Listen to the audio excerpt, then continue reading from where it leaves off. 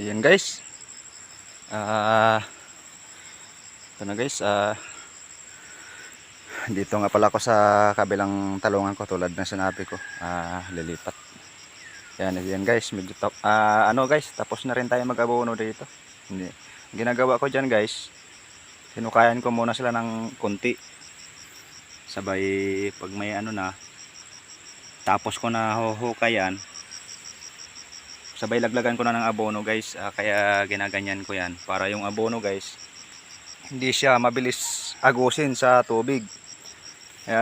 Para i-stack lang siya dyan, kasi pagka hindi natin yan lagyan ng konting butas guys, na natatangay yung abono kaagad sa tubig. Yan, ito nga pala guys. Ito yung kabila ko guys, medyo madalang nabuhay niyan. Yan, pero may bunga naman pa konti-konti. Yan. Dahil nga naano din sa ulan na naman. Strip na naman kasi ulan dito guys. Kaya ayan. Medyo pinatakan ko na naman uli ng abono. Kapag yan, tapos ko na yan nabunuhan guys. Ang gagawin ko na naman guys, sunod na gagawin ko diyan, linisan ko na naman sila guys kasi medyo madamo na. Tingnan niyo naman. Guys, ang gawin ko dyan guys, medyo tabas-tabasin ko lang ng konti yan para yung damo hindi makahabol sa talong, para hindi siya masyadong kumapal. Tulad yan guys, inabunuhan ko lang yan kahit may damo, kasi ang gagawin ko na naman, tabas-tabasan ko na naman yan guys. Yan guys, medyo madalang lang to ditong talong ko guys. Yan o, kukunti siya. Sayang kasi guys pag hindi rin natin anuhin yan, kahit papaano tinirahan pa tayo.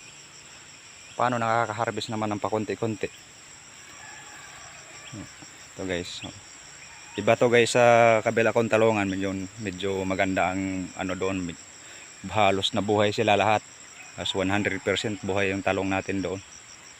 Dito guys madalang, si gawa nga ng tag-araw kasi guys, hindi natin na nuhan yan, na dilig. Yan, namatay yung iba. Yan guys, medyo malawak din sana to rito kung nabuhay lang lahat.